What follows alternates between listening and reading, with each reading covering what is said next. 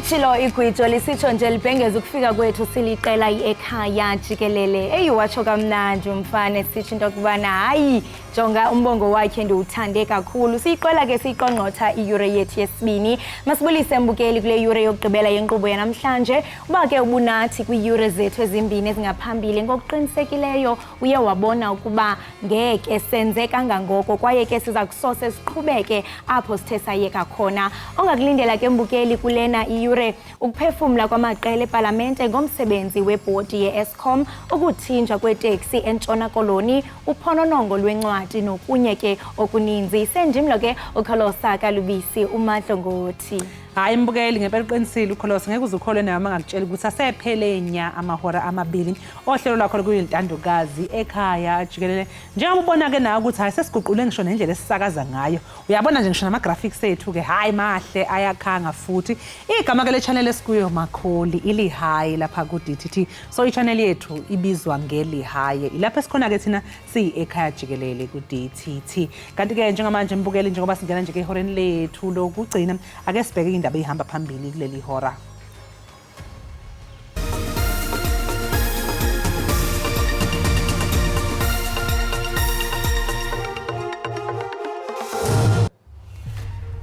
Abahlali belokishi yaseTswelelang ngase-Wolmaranstad banethemba lokuba siza kuphuculwa iinkonzo abazifumanayo emva kokuba i-EFF iphumelele ku-Ward 3 kule veki.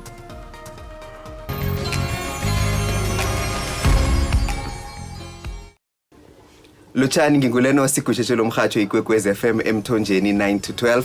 Siyakwamukela ehleleni elitsha likamabona kude lendaba ezinabileko Ekhaya Jikelele. Sikhamba nawe noyomsebenzini uthinge esikolweni konke okuhloka kuyokuthola zamba nje siphuma phambili indaba siqahe ngezemidlalo ubujamo bezulu ukuthi na uphuma ekhaya wazi ukuthi umbathe njani. Konke okuhloka ngelimi oluzwisisako la ku SABC News.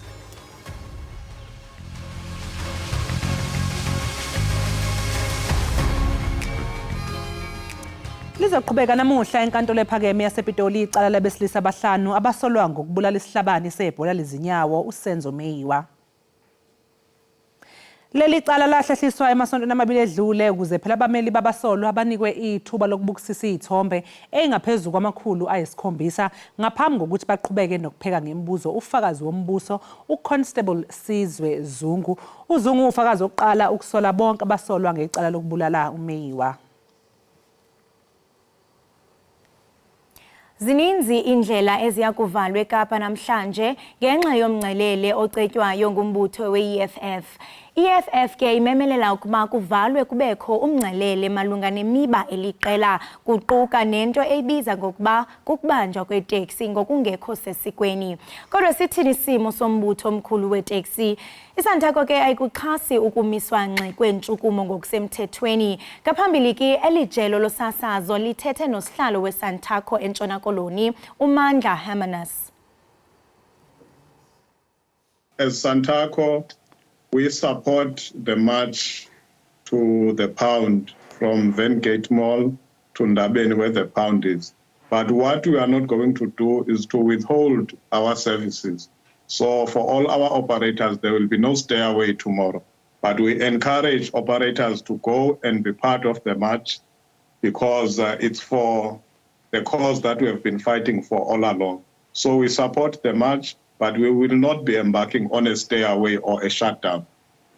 But if you're encouraging your members and saying you support it and actively saying that they can go out there, isn't that an informal taxi strike in a sense?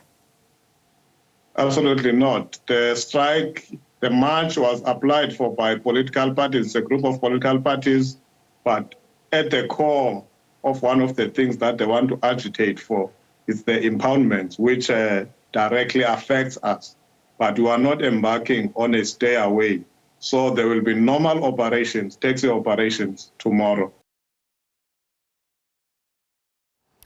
Abahlali belokishi yaseTswelelang ngase-Wolmaranstad banethemba lokuba ziza kuphuculwa iinkonzo abazifumanayo emva kokuba umbutho i-EFF uphumelele uWard 3 kwiveki ephelileyo. Oku ke kusemva kokuba i-EFF iphumelele le ward kwi-ANC ngevoti ke eziyi-789 ngelixa ke yona i-ANC ifumene ivoti eziyi-745. Kethuba ke ezimase isiyabonga rally inkokheli ye-EFF umnumzana Julius Malima ubongoze inkokheli yale ward entsha ukuba iphucule inkqubo yokuhanjiswa kwenkonzo.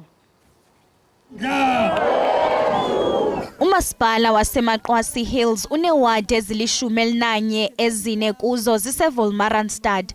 Abahlali bakhalazela ungabi semgangathweni kwenkonzo. Ndabhalisela indlu ye-RDP kodwa ayikaphumi nangoku. Ndihlala nabazukulwana bam asinandlu. Service ya Wolmaranstad is very poor. Oko singenamanzi iminyaka eli-13 extension 13. Oko savota kodwa izikhalazo zethu azithathelwa ngqalelo. I-EFF ibhalise ooceba babini kweli bhunga emva konyulo lomasipala ngo-2016 elinani linyukela yokufikelela kwisine ngo-2021. Kungoku nje eliqela lithabathele kulo ulawulo luka-Ward 3 nobukade uphantsi kwe-ANC. Inkokheli ye-EFF umnumzana Julius Malima ityelele le ngingqi emva kwale mpumelelo. We are very happy. This is a confirmation that EFF is growing and is going to take over Northwest. Because the services in Northwest have collapsed. There is no government. It was factionalism which destroyed the government of Northwest. Kungoku nje abahlali bathi banethemba lokuba ziza kuphuculwa iinkonzo. I feel like with what I'm seeing, what just happened right now, there will be changes and there will be good changes. Ndinethemba lokuba uceba omtsha esimvoteleyo uza kuzisa iinkonzo eWard 3 kuba oko singahoyekanga. Ukamalima uthi iya ikhula ngokukhula inkxaso ye-EFF kweli phondo laseMntla Ntshona. Ihlukene imibono yamaqembu ezombusazwe emalungana nokusebenza kwesikhungo esihlinzeka ngogesi kuleli i-Eskom. Bodi yakwa-Eskom iqale ukusebenza ngomhla wokuqala ka-Okthobha kunyaka ophelileyo. Umphathiswa wamaqumrhu karhulumente uPravin Gordhan wayiyalela ukuba phakathi kwezinye izinto iqubisane nocimicimi wombane kwakunye nokuqinisekisa ukuba ufumaneka maxesha onke ngokukhawuleza nakwixesha elizayo. Kodwa iqela le-DA likholelwa ukuba kusekude ukuba ibhodi ifikelele kwezi zigaba. Firstly, the inclusion of non-coal technologies presents a distorted picture of the EAF. And the coal EAF is also open to manipulation like it was during state capture. Iqela le-ACDP lithi nakuba likwamkela ukuba le bhodi ifike ngexesha u-Eskom ethwaxwa ziingxaki kodwa fanele inyathelele phezulu. All indications are, however, that load shedding will be with us for a long time to come, despite assurances to the contrary. It is then imperative that Parliament, and in particular the Public Enterprises Portfolio Committee, holds the board and the Minister accountable. Le nkampani ithi umsebenzi wayo usekhondweni elilungileyo. We are aiming to implement lower stages of load shedding during this period of the summer month, period, and not to exceed stage 4. Le nkampani iphehla umbane ithi izitishi ezingasebenziyo ekusile ziza kusebenza ngaphambi kwexesha ebelisikiwe. Dingilulama Matya weendaba ze-SABC eParlamente eKapa.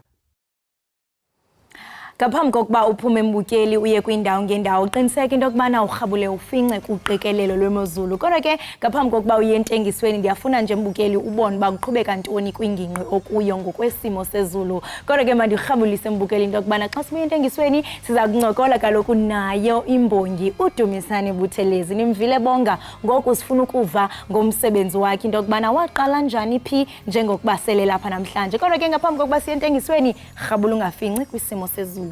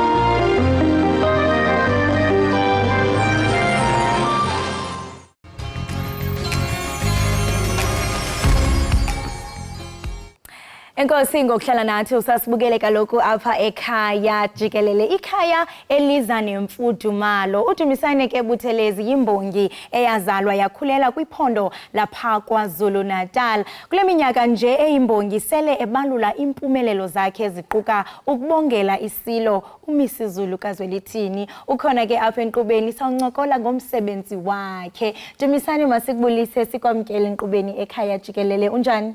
Ngiyaphila unjani Ntokazi? Ngiyaphila. Angibingelele nombukeli ngasekhaya kwaze kwayintokozo ukuba kuleli ikhaya. Cha, ngiyalizwa nami lifudumele ngempela. Ne? Kakhulu. Nawe kodwa uthe waza nemfudumalo yakho. The time ubusenza inkondlo yakho kwavele kwamecha ndathi yeke. Kwavele kwahlangana kwafudumala kakhulu. Siyabulela kakhulu nathi ke si ekhaya Jikelele siyachulumanca uba sibe nabantu abafana nawe. Ngaphambi kokuba ke sihlabele mgama nalencoko yethu. Khawuxelela umbukeli kuba uye wambulisa pha ekhaya. So uyazibuza into abana inoba ngubani uDumisane nabethunana. Khawuxelela ababukeli ba ungubani kanye kanye. uDumisane Buthelezi umfana waseNquthu eMphondi KwaZulu Natal.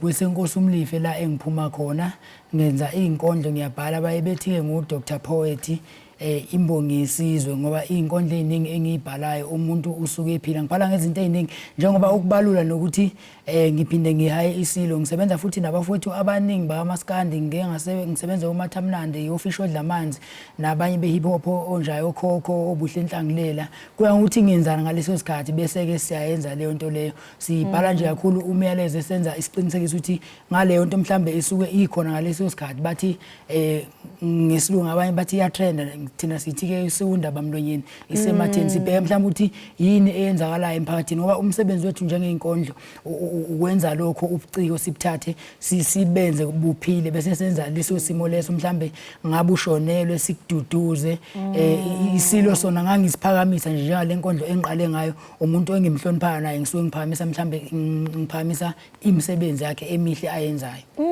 Yazi unayo ne voice yenkondla ngazi nokuthi iba khona na. But voice yakho ithi inkondla. Hayi angazi uma ngizothi ngavuza ikhehla noma isalakazi kodwa cha ngiyabonga ukuzwa lokho ngicabanga ukuthi ke ukuba khona kwalelo phimbo mhlambe nangendlela elenza ngayo uma sekumesha ke nomyalezo osuke udluliswa ngaleso sikhathi yabona. Kuba nje musisho into kubana nithatha ingxaki ezisekuhlaleni okanye nantoni na ongathi abantu abasekuhlaleni bajongene nazo nanina niphilise. So I think lonto ihambelana nelizwi because ilizwi lakho ngoku ingaba sisikhalo ingaba luvuyo uyakwazi ukulimanipulate ngokwendlela osounda ngayo. Sisathetha ngalonto ubalula mhlambe nenkondlo ozenzayo ezahlukileyo ungathi mhlambe ngeyiphi njengokubusisho into kubana zingxaki kwelinye ixesha ibeluvuyo ungathi wena ngeyiphi eseduze nenhliziyo yakho qonda ba uyabona ke ngokubanza ubhala ngale nkondlo mhlambe ukududuza abantu le ifuna ndijule ekujuleni kwenhliziyo yami ungathi ngeyiphi esondele kuwe? Zininganyana kakhulu ngoba khona enye engayibhala kusho ukuthi yazi lento yokubhala kuye mhlambe uyihlalela uwedwa noma onabantu kuba ngathi kunento oyizwayo noma ekutshelayo ukuthi ibhala ngokuthi mhlambe konye kufike kuyimigcanyana nje amalayini lawo malayini sengiyowabhala kuzothi ngelinye ilanga ke ngihlale phansi ukuthi hayi inkondlo iyaphuma la kodwa uma ungazange wakwenza lokho uthi hayi no ngizokubona kodwa mase kufanele mhlambe ubhala kambe la malayini bethini usukukhohliwe kodwa makufile wabhala njengenje esondele eduze wami khona enye engaya ngayibhala makufika iCovid-19 sayenza nabanye abafowethu abacula uMaskanda amalomo omnandi ilusizanyana ngoba ikhuluma ngezigameko ezazenzeka abanye baluza imisebenzi nanokuthi kwakufanele ihloniphe umthetho ukusuka empilweni esasijwayele noma besijwayele wenza noma yini kodwa sewenza manje awusenzi noma yini sekunemigomo nemibandela waphula leyo mbandela abanye bashiwa zihlobo bengalindele abanye baphelelwa imisebenzi bengalindele so leyo nkondlo yangithinta kakhulu nami ngangukuthi nginokuthi uma ngilalela ngizwe ukuthi ayilanga ngijulile nenye futhi esuke ikhuluma ngomama abathi ngesilungu i-single parent thina sithi umama ongumfelokazi isuke ikhuluma ngegalelo labo abadlalayo emphakathini ukuthi kuyenzeka akhulisa ingane yedwa ngapha mhlamba akasebenzi ubaba bengasebenzi akazi ukuthi ingane zizodlani ingane ibheka umama kuya kuthiwa intandane endle makhotha unini fanele ayikhothele lezo ngane okukhomba ukuthi kumele azondle ayikhulise ngapha nayo sabhekene nobuhlungu ukuthi ushiye umyeni ngapha mhlambe nomndeni unezinkulumo ezithile uyazi imndeni ayifani so ezinye lezo zezinkonzo nje ukucaphuna ezimali ngathi nami zangithinta kakhulu nayo ke le yesilo isilo umisizo ngoba igameko ezithe zenzeka ziningi kakhulu kodwa ke wagcina mhlambe ekwazile ukuthi angene nenye futhi engisazoyenza ethi uthando lemali ngoba siya mhlambe enye siyenza maskandi sibheke sifake inkondlo senza ngendlela eziningi so leyo ikhuluma kakhulu ngokuthi kuyenzeka mhlambe usuke la engisuke la khona kwaNtuthu uma ufika esilungweni ubone yabone into owazi ezinhle njengawe mhlambe ugcina uvaleka ingqondo usukhohlwa nayi ikhaya into ezikanjalo izinto ezikanjalo ukubalula nje umbali hayi uyathetha uyinkondlo ethethayo and I mean yabona xa uthi COVID-19 ndiyeva nenhliziyo yami lihlwili kuba ezinto uzibalulayo zizinto abantu abaninzi babe phakathi kwazo nawe imbalo oyibhalayo yinto phakathi kwayo and xa uthetha nokuthi mhlambe abantu balahlekelwa yiminteni imisebenzi zizinto ezithi xa sijonga nathi esaphilayo sithi hey we are grateful ukuthi yazini sisuka kwisimo esinje kodwa kuna namhlanje simile ndiye nathi ke mamela inkondlo yakho le ubuyenzile eqaleni ndabona okanye ndaqaphela into okubana ubalula nonyazi lwezulu ndiyaqiniseka into okubana mhlambe ngumprofeti naye lowo omhloniphile ungathi mhlambe bekubaluleke ngantoni into okubana umxube nawo kwinkondlo yakho kuba singatsho sithi singama-Afrika inkolo umuntu ayilandelayo okanye olokholo lwemveli athi umuntu uzibophelela kulo lubaluleke kakhulu njoba ngibala unyazi lezulu kushuthi ngoba uzwa mhlambe nomsindo walenkondlo angathi unobu Africa umprofeti owabusiswa kwaShembe yilo wabusiswa uThingelo Nkosazana so kwaShembe ungathini ubaba wakhe weyikamoya njengoba wazi ukuthi singabantu sehlukene khona abakholela einkolweni zesintu kanjalo nami ngase ngibona ukuthi hayi mhlambe ngemisebenzi emihle esengeke ngayibona ephilisa abantu ngokwesintu nabasuke bekholelwa lapho mhlambe ake ngimpraise ngimbonge nje ngimenzele inkondlo ethi yena ngoba ikakhulukazi ngiyibheke mhlambe nomuntu osuke enamagalelo emphakathini bese ngibuka ukuthi kube khona mhlambe ukuthile engimbhalayo ngayibani ngakhulu ke ngoba njengoba ubala nje ngikhuluma ngomprofeti uXaba aboMamdudu Khoza umsakazo lwesikhondla khondla naye futhi ngamenzela kakhulu nabantu abafana nabo Bongani Mavuso osuyedlula emhlabeni ngibabonga nje ngemisebenzi yabo ukuthi abantu esikhule nathi sibukela kubona kodwa saze safika nathi sawazi ukuhlangana nawo so imisebenzi abayenzayo nathi sikhule esibukela kubona ake singakhohlwa imvelaphi yabo noma izinto ebebezenza ake singabi lokho kuthiwa umuntu ubongwa esefile ake nimbhalele nje noma ngingenakho ekutheni kodwa ngalokho ngikhombisa ukuthi ngiyam-appreciate ngiyamjabulela ukuba khona kwakhe siyawubona amagalelo akhe umnikeza intyantyambe esaphila akwazi bana azinukise yebo esayibongela ngiyaxoxa umndeni esayibongela kungaze kuthiwa hayi umuntu ubongwa esethule mina angikholelwa yilokho ngoba usuke ngasezi ukuyiphendulela mangihluleke ukukunika okuthile ngithi hayi nakho ngiyabonga ongenzele khona nawe uphendule ungibusisa mangibusisa mangabe sengithi mhlambe usulele kubandayo sengithi hayi ngiyakubonga usuthule angazi uma ukujabulele noma kanjani njengalama cicozana ngipha wona Nkosi hayi cha impela kunjani uphakathi kwezinto esingatsho into okubana zimpumelelo kuwe njengombongi kukuba mhlambe uye wabongela isilo sakwaZulu umisizulu zwelithini ndiqinisekile nawe uthi xa ujonga uqonda ba yo ndimlo ndifikelele njani kwelinqanaba phakathi kwezinto ke eziyimpumelelo kuwe ewe ubalulaye ukubongela isilo ungathi mhlambe zeziphi ezinye izinto ongathi hey uproud of zona kule journey yakho njengoko ubalula nabantu esingatsho into kubana baba negalelo elikhulu kwimpilo zabantu ababongela kimina yazi okunye ngakubala njengempumelelo ukubongela isilo kungezinye zezinto ebeyimpumelelo kakhulu kumina engibone futhi ithatha ubuciko bami ikubeka kwelinye izinga okungagcini lapho ngoba nokubongela futhi abantu abanjengabo uMprophet Xaba uMamdudu Khoza nakho ngibone kungikhulisa kwenza umsebenzi wami wasabalala ngoba ngiyakhumbula ukuthi ngo2017 ngawina indondo la esasivotelwa khona ngawina iBest Poet of the Year kwakuse Hammanskraal so nje kwakushube kakhulu nanokuthi ke ngabo ubuciko lobu sengike abafowethu laba engomeni zabo bacela abantu abafana nabo Navigator Mfowagcwensa bacela ukuthi no khona mfowethu esicela uzosifakela khona ngidubedube lezi ezake zenzeke eThekwini mhlambe nami benginike iphisi ngifake nakwamanye ama movie sibheka ukuthi leyo movie ikhuluma ngani ifundisa ngani mhlambe egcineni uma isiphela nami ngibe nepiece la bengifeature khona ngifake inkondlo yami yabona ezinye zezinto lezo engingayibalula ngithi zingikhulisa kakhulu ngeke ngakushiya ukuthi ngikhula ngangifuna ukuba i-journalist kwangenzeka ngezathi ithila ngathi okay ngizoba umsakazi ngafunda ngaqeda kwangenzeki ngase ukuba usonkondlo into eyayiqhamukela nje njengokufa nama ngiyiplananga ngabona nje sekuyinto nami engifikelayo ngoba bengikade ngimanager umshana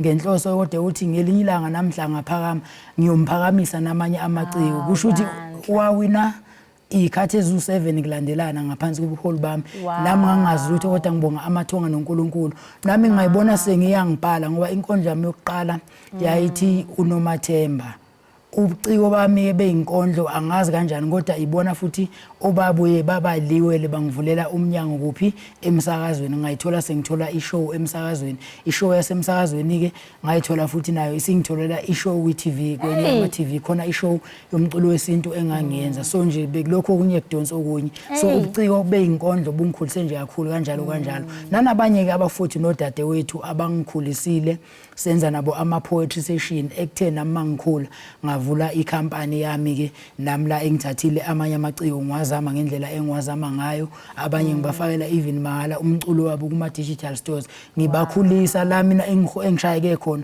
ukuthi bona bengabe besashayeka ngoba nami ngibukela kwabaphambili nami indlela abayibuze kumina ngibayalele nabo bayoyalela abanye ngeneni indlela ibuza kwabaphambili mhle kakhulu umsebenzi wakho ekana njalo xa ubalula i-success stories zakho ngeneni amathongo avumile kuthi ke noba mhlambe kwakunezinto ezavaleka zazikuvulela into yokubana ube kwelinqanaba lobomi kuhle into yokubana uyaziphilisa ngesipho sakho ngolwimi lwakho ngenkcubeko yakho abantu xa bekufuna nje qabaqaba ungashiya mhlambe inkcukacha ezithe vetshe uba bangakulandela phi ngiyatholakala lapha enkundleni zokuxhumana uInstagram uFacebook noTwitter khona ke uthi DJ Asiye wabantu DJ Asiye wabantu uyakwazi ukuthi ungithole konke nje kuyafana imina ngethi DJ Asiye uzovela ubone nje nawe bengakabikho omnye bese ke lapha inombolo yami silent ke njengamanje ithi 068 012 6643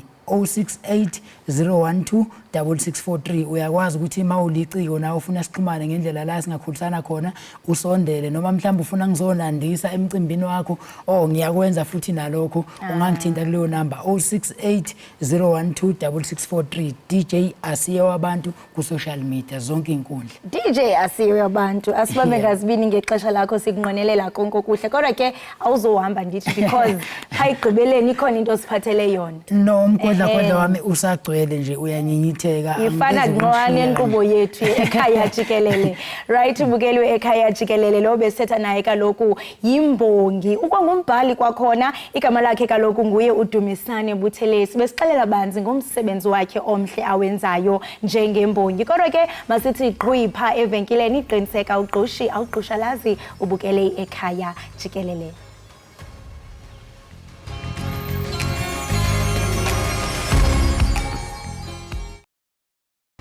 Siphinde sikamkele embukeli lapha ekhaya jikelele sibonga khulu ukuthi usahlanganyele kanye nathi njengamanje ke sesingena ke eindabeni eziundaba mlonyeni lapha yaku x.com ukuthi khambani Eke make sijonge mbukeli kuba sezifina eziphala phambili pha ku x.com #mapimpi naye uhamba phambili eyesibini nguye #ANC Youth League make sijonge into yobana kuqhubeka ntoni pha iqaleni wena mamtshali ku #mapimpi amabhokobhoko asehlalele ovalweni phenxa ngenxa ke isimo sikaMakazole ngemva kokuthi ke uJacques Iindaba eqinisekise ukuthi lo mdlalo wasesiswini ulimale esihlathini bedlala neTonga izolo.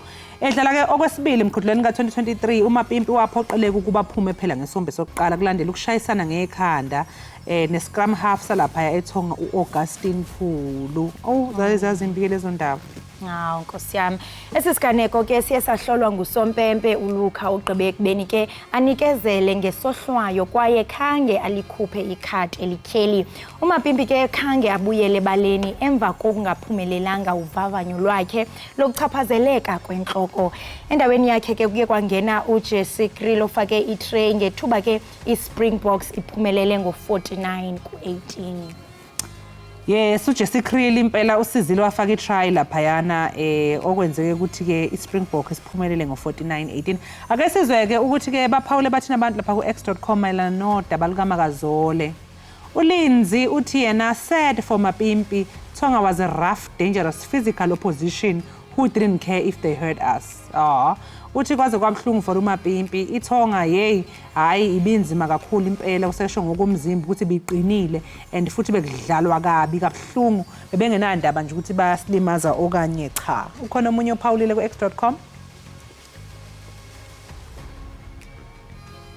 Usimon uyatsho into yokubana Mapimpi is just about my favorite player, but I agree with this decision.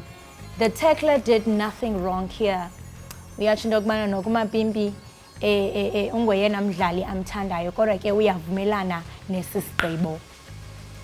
Ake sizwe ke omunye umsebenzisi ka-x.com ukuthi uphawule wathini. El Padrino uthi it's not like Mapimpi was having a great tournament anyway.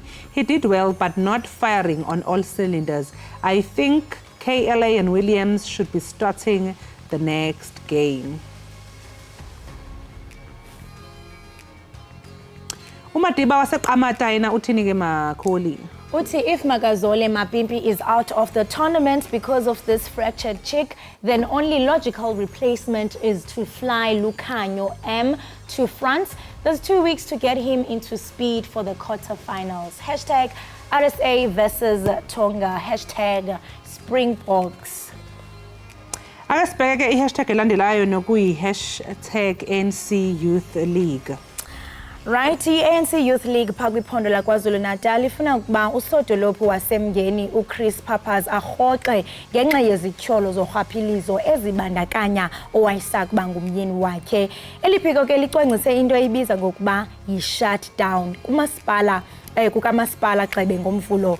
Ulutsha ke lwe-DA kwiphondo lase-KZN liyikhusele uPappas kwaye ke libiza isenzo sale seluphiko njengozungulichele. Ngelixa ke i-DA KwaZulu Natal izikhabile izityholo zorhwaphilizo ezibandakanya umgqatso wenkulumbuso yalo mbutho yena kanti uChris. Njengebentlandlana ke yamabanga aphakamileyo umbutho wolutsha we-ANC e-KZN yona kaloku yi-ANC Youth League umemelele ukuba uPappas asuswe njengosodolophu womasipala wasemngeni. Nesifundazwe ke naso sihleli imashi yokumiswa kokusebenza kulo masipala ngomsombuluko. Ake sizwe ukuthi baphawule bathini ku-x.com. Jen uthi yena, but ANC Youth League wants to shut down a municipality because of an alleged, with no proof, nepotism of a DA mayor and a 100k payment. Phawulile futhi omunye umsebenzisi ka-x.com uMartin uthini Kholos? uMartin uresponda phaa kuNala Thokozani sisho into yokubana Nala Thokozani hits the nail on the head. The ANC steeped in corruption has zero credibility to smear at our DA Mayor Pappas. Any real case, take it to the court or date to assess his service record in the community. ANC Youth Leagues told picketing merely a hollow spectacle.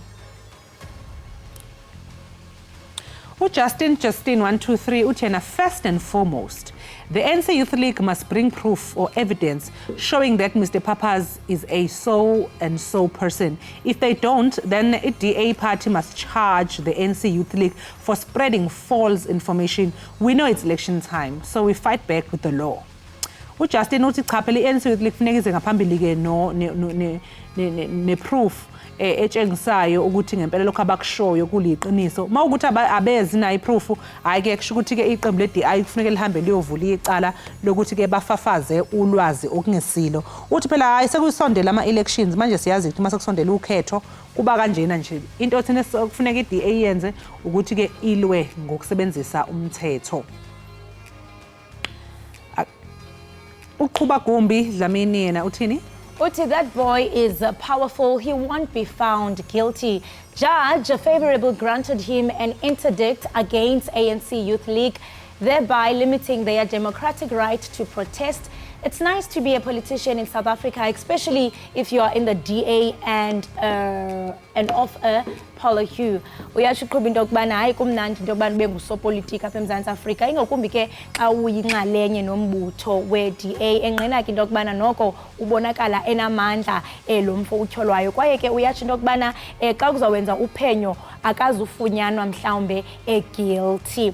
Right mbukeli wami ezo ke zi-trends zanamhlanje ebeziphala phambili sibambe ngazibini kaloku mbukeli ngokuhlala uthe gqolo usitheka kwizinto eziqhubekayo pha kumakhasi onxibelelwano singathanda kaloku ukunikhuthaza okanye sinikhumbuze babukeli into yokubana zonke kaloku ii-tweets ezikhoyo azibandakanyi inkqubo ye-Ekhaya Jikelele okanye i-SABC uqobo kanti ngoku sizawuthi qhwipha evenkileni siyophatha amatyala. Yes sizothi nje ke mbukeli iqhwi ngasayidolo sizobe emva komzuzwana.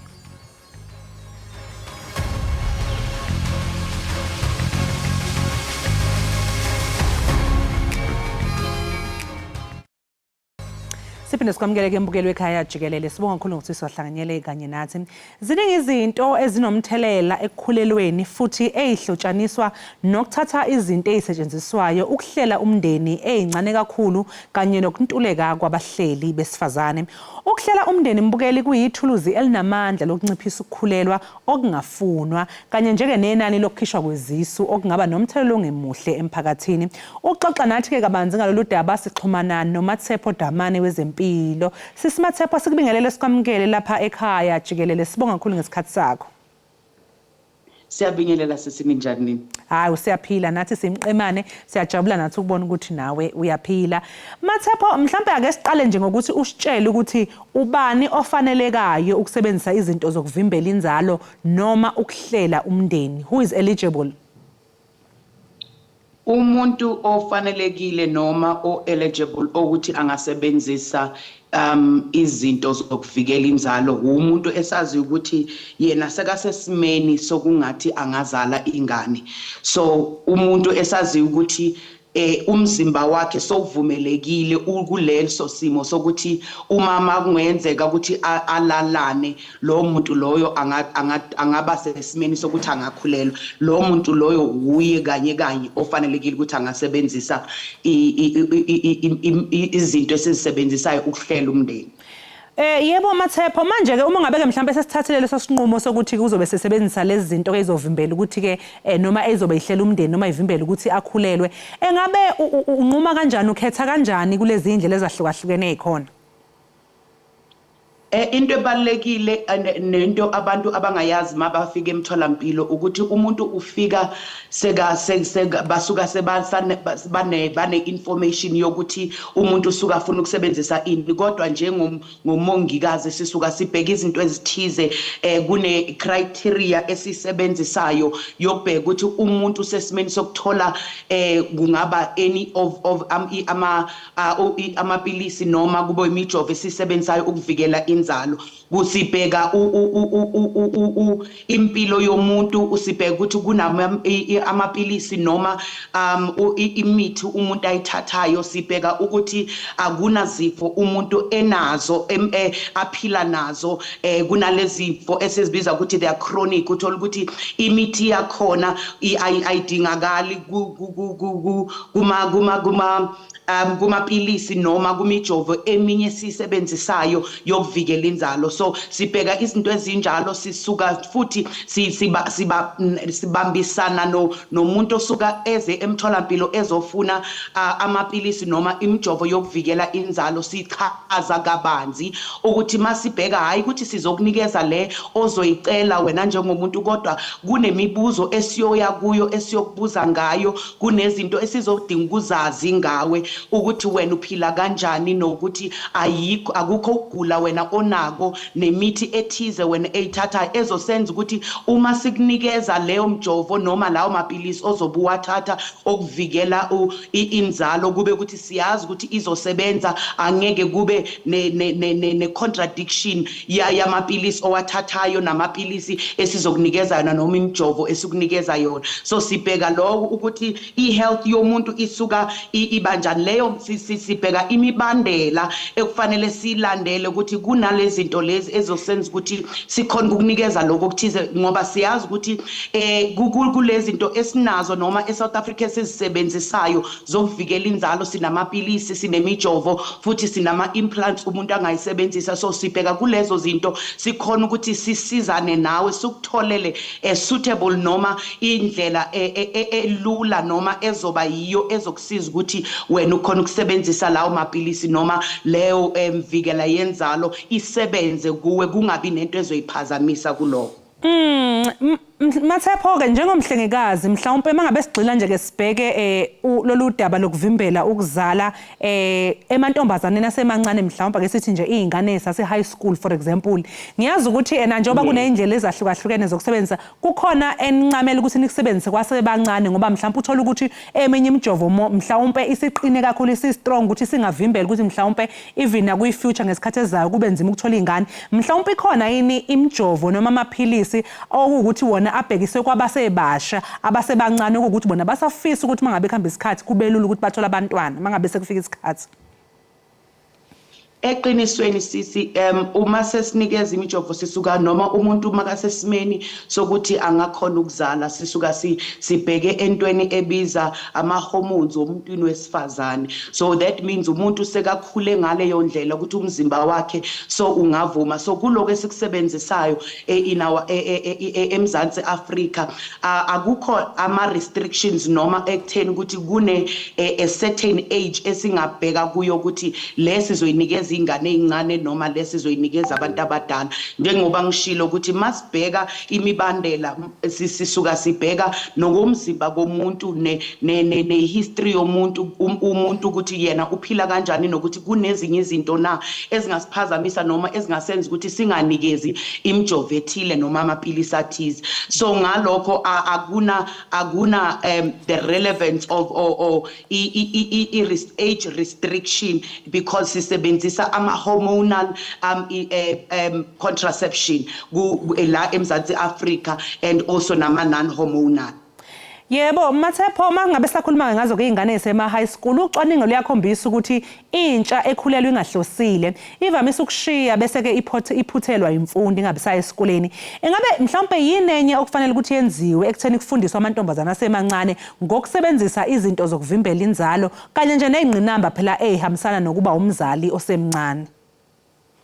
Yebo, okubalekile ukuthi njengoba singabafundisi nathi sifundisa izingane ezikolweni kunala lezo ikhathi la siba khona nesikhathi la sifundisa izingane noma intsha ngempilo ezikolweni. So uma abafundisi ababantwana nabo bangafundiswa ngokuqophelekile futhi ukusinikeze i-information enough kubafundisi so that because kula abantwana bahlala isikhathi eside esikolweni. So mabangathi le imfundiso abayitholayo bayifundise abantwaneni, nathi njengabazali sibe abazali abafundisekile ngalokho, ngoba into esihlangabezana nayo ukuthi ingane zethu zithola ulwazi ngalezinto ezitradini, uthola ukuthi kula kungafiki ulwazi oluningi nolwazi oluvulelekile einganini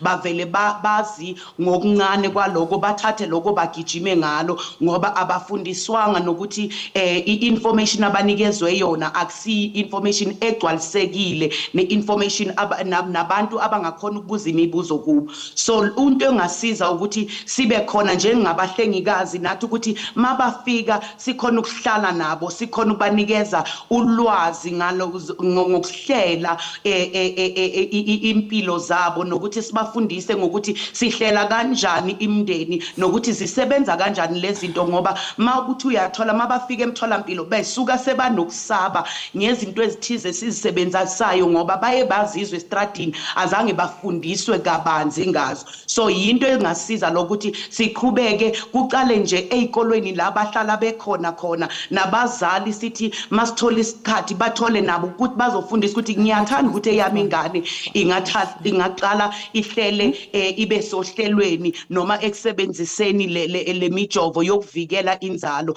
kodwa ngifuna ukwazi kabanzi ngalokhu nalokhu. Abantu emtholampilo bakhona kunama counselors kunabantu abanganikeza lolwazi kulabantu noma umphakathi. Sengisho nathi into esiyenzayo njengabahlengikazi ukuthi siba nama health talks sibe nokwazisa umphakathi mabasemtholampilo ngokubazisa ngako lokhu esisebenzisako naloko esazi ukuthi bazothi mabakwazi bazoya emndenini yabo bafike baxoxa indaba bafike bafundisa imindeni yabo ngaloko esibafundise kona.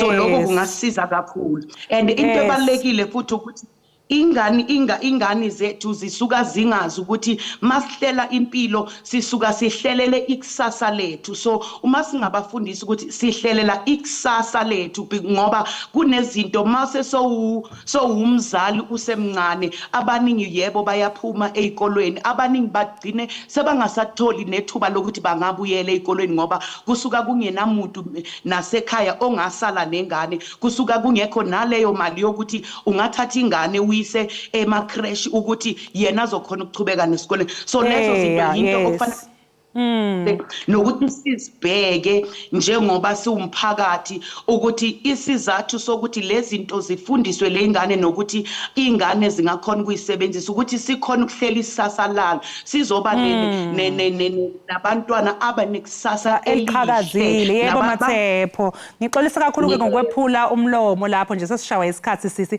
Sibonge kakhulu ke ngesikhathi sakho kanye nolwazi othe wasinika lona namhlanje.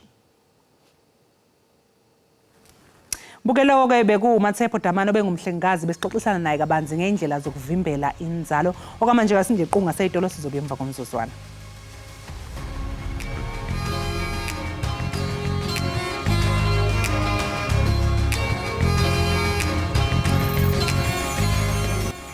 Sibambe ngazo zozibini ngenxaso yenu engagunqiyo nibukele Ekhaya Jikelele. Namhlanje ke siza nesinye isiqendu sophononongo lencwadi ethi kulomathafa aseDamasco. Lencwadi ke ingqokelele yamabala amafutshane esiXhosa mabalana lawo angobomi bethu nje gabalala. Ikwathetha ke kananjalo ngobuzali, ukuthandana nokuthobelana kwentsapho, ukuxhatshazwa kwamanina, ukusetyenziswa gwenxa komthetho kwakunye nezinto zesitu. Ukuphonononga lencwadi ke sawuthetha naye uzonwabele Chayana ngumbhali wayo. Elinye igama lakhe ke nguBlackie. Blackie, masikubulise sikwamkele kwinkqubo yethu Ekhaya Jikelele. Blackie ukhona zonwabele, masikubulise sikwamkele Ekhaya Jikelele. Uyandiva kwicala lakho Blackie? Right, mbukeli wam sisazama kaloku into yokubana siqhagamshelana naye kaloku uzonwabele othe wabhala incwadi ethi kulomathafa aseDamasco. Esi siqendu ke mbukeli sibizwa ngokuba luphononongo lencwadi i-book review. Bangaba mhlambe ubhale incwadi nawe apha ekhaya uyafuna into yobana sisiphonononge uyakwazi into yokubana uqhagamshelana nathi. Sathetha ke nokuqhagamshelana ingathi sele ebuyile uBlackie. Masikubulise sikwamkele Blackie. Mandisibusele ndizibusele kuwe nakubaphulaphuli nakubabukeli bekhaya Jikelele. Ungathi intoni eyakukhuthaza uba ubhale le ncwadi kwaye nje lingqokelele amabala amafutshane kwaye kutheni nje ukhethe isiXhosa njengelona lwimi ugqithisa ngalo lamabali kwaye siyaphawula into yokubana isahluko ngasinye sibonakala sidlulise umyalezo owodwa uluntu. Ungacacisa uthini ngoko?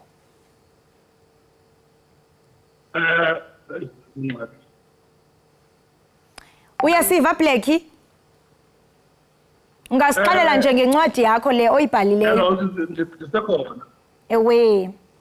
Inkuthazo yencwadi yakho ingaba yithini? Inkuthazo yencwadi yami isukela ekubeni incwadi yesithathu lena incwadi endizikhuphileyo. Eyokuqala ezokuqala ezibini zesiNgesi zelena ke abantu bakhala into yobana ndibhale ngesingesi kuphela ndibe ndingumXhosa mandibhale ngesiXhosa. Ndalisabela ke olobizo lobhala ngesiXhosa. Kwatsho kwaphuma le ncwadi. Ndathi ke mandibhale amabalana kuqala ngoba kaloku ukubhala isiXhosa kunzima. Nangona singamaXhosa sisithethe isiXhosa kodwa ukusibhala uba sifunde ngabanye abantu kunzima. So ndathi ke mandiqale ngamabalana ukwenzela into yokubana ndizibone uba ndiyakwazi na ukusibhala kakuhle isiXhosa. Sinambitheke sibe yile nto abantu bayaziyo. So inkuthazo yami ke apha kule ncwadi kukuba abantu bebekhalazela into yobana ndibhale ngesingesi. Ndabe ke nam ndiyibona into yobana zinqongophele iincwadi zesiXhosa ezintsha, iincwadi esisenazo, iincwadi ezidala ezazibhalwe ngababhali bakudala. Blackie ngathi sinengxaki ndikuxelele mntasekhaya yokuthi sikwazi into yokubana sikuve kakuhle kodwa siyathemba into yokubana kwelinye ixesha elizayo sawuncokola nawe sikuve kakuhle sixolise ngaloo nto kwaye ke sibulele ngokuba uthe wathatha usiba nephepha wabhala incwadi ingakumbi ke uqaqambisa ulwimi lwesiXhosa. Sibambe ngazibini ngexesha lakho siyathemba into yokubana kwityeli elizayo sizawukwazi into yokubana sikuve kakuhle. Lowo ke mbukeli besizama into yokubana siqhagamshelene nayo kuphononongo lwencwadi i-book review besama ukuthetha naye kaloku uzonwabele Tshayana. Siyiqwela ke siyiqongqotha ngolo hlobo Ekhaya Jikelele. Sibambe ngazibini kuwe mbukeli negqiza lethu Ekhaya Jikelele ngokuba livuke nathi kusasa nje liqinisekise kaloku into yokubana lisiqulunqela inkqubo oyithanda kunene Ekhaya Jikelele. Kodwa ngomso sawubakho kwakhona. Sasa ekseni mbukeli imali ithi nje ihora lesithupha liyabumbana yithi laba sobe sesikhona ke mbukeli sikulethele Iindaba eyishisa ibunzi sikuphathele ezemidlalo kanjalo ke nesinyimo sezulu zikhona phela nezivakashi ke singesishe ngaphandle eziye zifike sixoxisane naye nazo mayelana nezindaba ezahlukahlukene. Siyabonga kakhulu ngokuthi ke nibe nathi namhlanje ekseni asikushiye wedwa kodwa mbukeli sikushiya noDumsane ushengo sokalisa walapha kwaButhelezi uthi uphuma phansi enquthu ke lo mbhemu yena ke nje uzosishayela inkondlo yakhe emnandi bese kwasinika enye manje ke sesithi nje simdedele asivalele kamnandi uhlelo ngenkondlo yakhe. Dumsane yenza udume ngaso.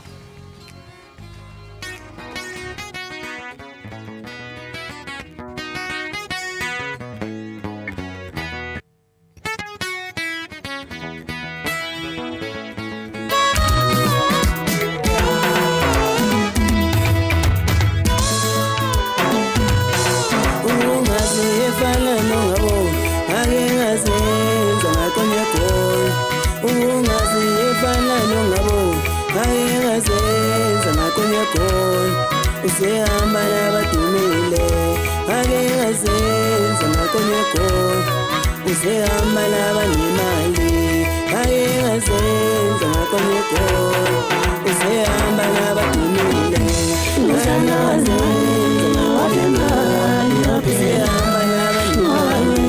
usehamba labanemali akengazenza